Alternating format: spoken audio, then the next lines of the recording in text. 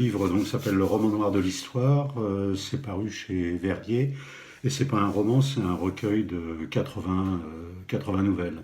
Le point de départ cette collection de nouvelles, c'est un ami qui connaît à peu près tout ce que j'ai écrit, qui s'appelle Jean-Paul Liégeois, qui est éditeur au Cherche-Midi, et qui me dit qu'en relisant pas mal de mes nouvelles, il s'était aperçu que sur une quarantaine d'années, j'avais fait toute une série de nouvelles qui racontaient l'histoire de France et que d'une certaine manière, il y avait une narration presque complète pendant 150 ans.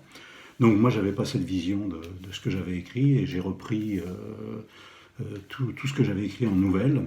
Donc il y en avait 2000 pages. Et je les ai classés dans l'ordre chronologique. Non pas chronologique du moment de l'écriture, mais chronologique de l'histoire qui était racontée dans chacune des nouvelles. Et je me suis aperçu de ça, de cette espèce de cohérence qui n'était pas du tout quelque chose de conscient. Et donc j'ai fait une sélection de 80 nouvelles, à peu près 1000 pages d'écriture, hein, comme ça, et je les ai classées.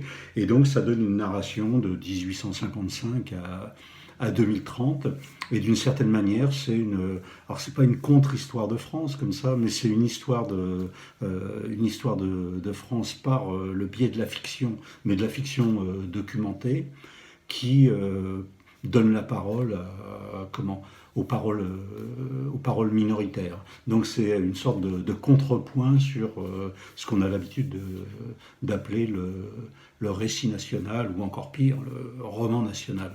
Et donc voilà, ce livre-là, c'est cette manière non pas de surplomber l'histoire, mais plutôt d'être au cœur de l'histoire par les gens qui restent pas dans les livres qui sont censés la raconter.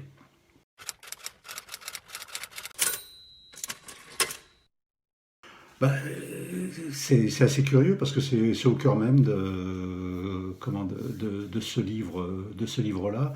À chaque fois que je prends des personnages ou des micro-histoires dans ces nouvelles, comme point d'appui, comme ça, c'est souvent les gens qui restent pas dans le bronze ou dans le marbre, sur les places de nos villes. C'est vraiment les gens dont la trace disparaît extrêmement rapidement, et d'une certaine manière, c'est ce qui s'est produit pour tous ceux qui m'ont précédé dans ma famille, c'est-à-dire qu'ils ont été des témoins et des acteurs de l'histoire au plus mauvais moment, la guerre de 14, les camps, le stalinisme, enfin toute la guerre d'Algérie, les guerres coloniales comme ça, et donc leur histoire s'est totalement diluée. Il n'y a pas d'accroche, il y a pratiquement rien qui reste, et d'une certaine manière, la résilience a été pour moi pendant 40 ans d'essayer non pas de les faire revivre eux-mêmes, mais de montrer qu'ils étaient présents dans tous ces moments-là. Et il y a le terme résistance, il y a le terme résilience, mais l'écriture, c'est la réexistence. Voilà, résilience, résistance et réexistence. Et donc pour moi, là, il y a quelque chose qui joue d'absolument essentiel.